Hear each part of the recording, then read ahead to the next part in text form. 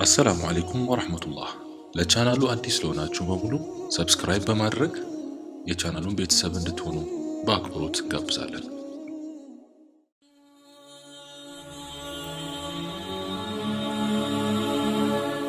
በድሮ ዘመን አላህ ሱብሓነሁ ወተዓላ ነይነዋ ወደ ተባለች ምድር ዩንስ የተባለን ሰው በነቢይነት ይልከዋል። ዩንስም አላህ እሱን ነቢይ አድርጎ ስለመረጠውም በጣም ተደስቶ ተልእኮውን መፈጸም ጀመረ።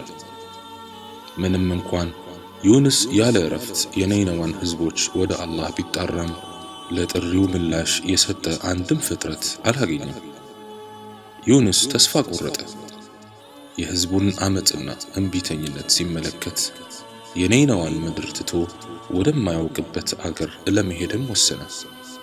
ነገር ግን የአላህን ፍቃድ አልጠየቀም ነበር። እንዲሁ በብስጭት ነበር ዩንስ ሀገሩን ሊለቅ የወሰነው። ዩንስም በማግስቱ ባህር ዳርቻ በመሄድ መርከብ ጠብቆ መርከቢቱ የትም ትሄድ የት ብቻ መርከቢቱ ወደምትሄድበት ሊሄድ ሂሳብ ከፍሎ ተሳፈረ። ሰዓቱ ፀሐይ ልትጠልቅ ጀንበርን በመሰነባበት ላይ ነበረች። ጨለማውም ምድርን ሊሸፍን ዝግጅት ላይ ነው። ይህን ጊዜ ዩንስንና በርካታ ተሳፋሪዎችን የጫነችው መርከብ በጨለማ ባህሩን እየሰነጠቀች መጓዝ ጀመረች። ሁሉም ነገር በመርከቢቷ ረግቷል። ሰላምና ጸጥታ እጅጉን ሰፍኗል። በዚህ ሁኔታ ላይ ሳሉ መርከቢቷ ብዙ ከተጓዘች በኋላ ባልታሰበ መልኩ በድቅድቅ ጨለማ መርከቢቷን ከየት እንደመጣ ያልታወቀ ማዕበል ከየአቅጣጫው ያናውጣት ጀመር። ሁሉም ግራ ተጋባ። የመርከቧ ሰራተኞች ሁኔታውን ሊያረጋጉ ቢሞክሩም ምንም ሊረጋጋ ባለመቻሉ የመርከቧ ክብደት እንዲቀነስ እያንዳንዱ ሰው የጫነውን ጭነት ከመርከቧ እንዲጥል አዘዙ። ምንም እንኳን ተሳፋሪው ሁሉ የያዘውን ዕቃ ወደ ባህር ቢወረውረውም የመርከቢቷ መናወጥ ሊቆም አልቻለም።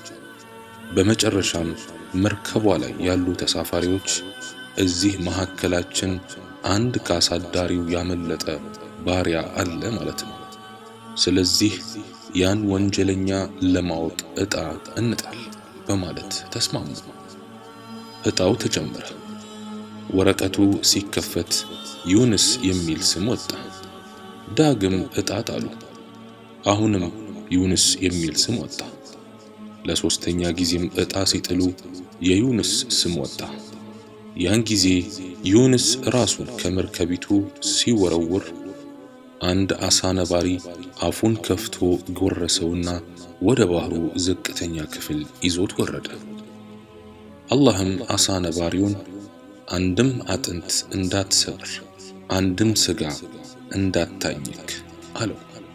ዩንስም በአሳ ነባሪው ጉሮሮ ተሽሎክልኮ ሆዱ ላይ እንዳረፈም ያን አሳ ነባሪ ራሱ ሌላ አሳ ነባሪ ዋጠው።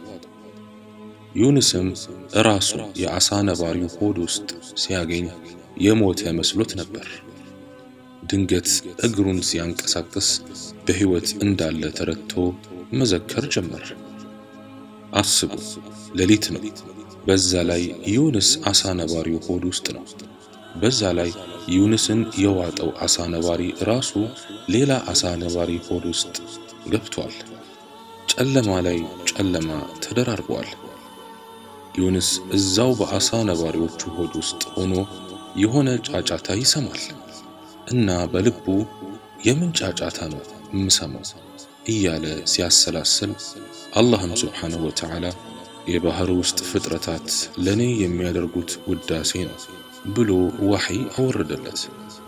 ያን ጊዜ ዩንስ ላኢላሃ ኢላ አንተ ሱብሓነከ ኢኒ ኩንቱ ሚነ ዛሊሚን፣ ካንተ በቀር ሌላ አምላክ የለም፣ ጥራት ይገባ፣ እኔ በርግጥ ከበዳዮቹ ነበርኩ ሲል ወደ አላህ ተጣራ። ዩንስ እንዲህ ሲል ከሰባት ሰማያት በላይ ያሉ መላእክት ይህንን ጥሪ ሰምተው አላህን እንዲህ አሉት፣ ያ አላህ፣ አንድ የሚታወቅ ደካማ ድምፅ ከሩቅ ቦታ ይሰማናል። አላህም እሱ እኮ ዩንስ ነው፣ አምጾኝ በአሳ ነባሪ ሆድ ውስጥ አስሬው ነው አላቸው።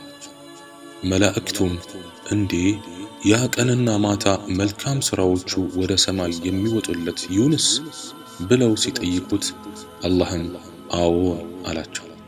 ያን ጊዜ መላእክቱ ለዩኑስ አማላጅ ሆኑለትና ዩኑስን የዋጠው አሳ ነባሪ ከአንድ ደሴት ዳርቻ ሄዶ በአላህ ትዕዛዝ ዩኑስን ተፋው። ዩኑስ ከአሳ ነባሪው ሆድ ወጥቶ ሲወድቅ የአሳ ነባሪው የሆድ ሙቀት ዩኑስን እጅጉን አሞቅሞቆት ስለነበር ዝንቦች ይረባረቡበት ጀመር። ያን ጊዜ አላህ የዱባ ቅጠልን ዩኑስ በተኛበት ቦታ አበቀለለት።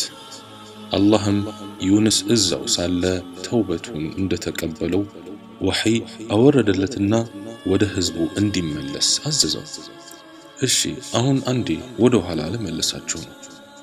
ዩኑስ መጀመሪያ ሕዝቡን ትቶ ሲወጣ አላህ በእነዚያ ሕዝብ ላይ ከባድ ቅጣትን አምጥቶ አንዣበበባቸው። ሰማዩ ጠቁሯል። ብቻ ከባድ ቅጣት እንደመጣባቸው ታውቋቸዋል። ዩኑስን ማስተባበላቸው በጣሙን ጸጥቷቸዋል።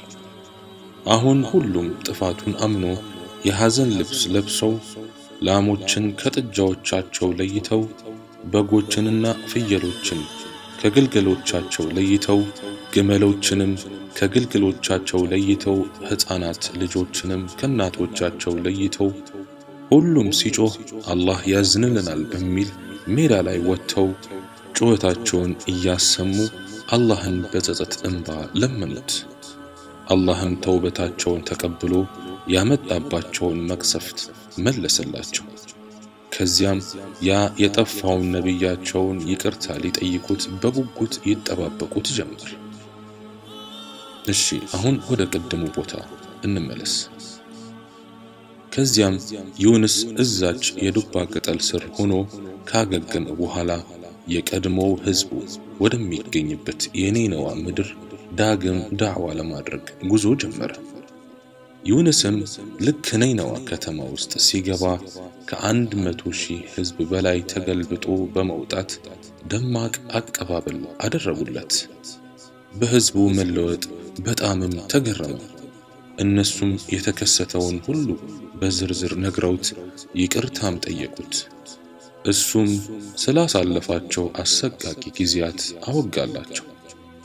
ከዚያ በኋላ የዩኑስን ትምህርት እየተቀበሉ ለረጅም ዓመታት በሰላም ከኖሩ በኋላ ዩኑስ ይህ ነው ተብሎ በማይታወቅ ዕድሜው ይህችን አስቸጋሪ ዓለም በሞት ተገላገለ። የአላህ ሰላምና እዝነት በዩኑስ ላይ ይሁን። ወሰላሙ ዓለይኩም ወረሕመቱላሂ ወበረካቱሁ።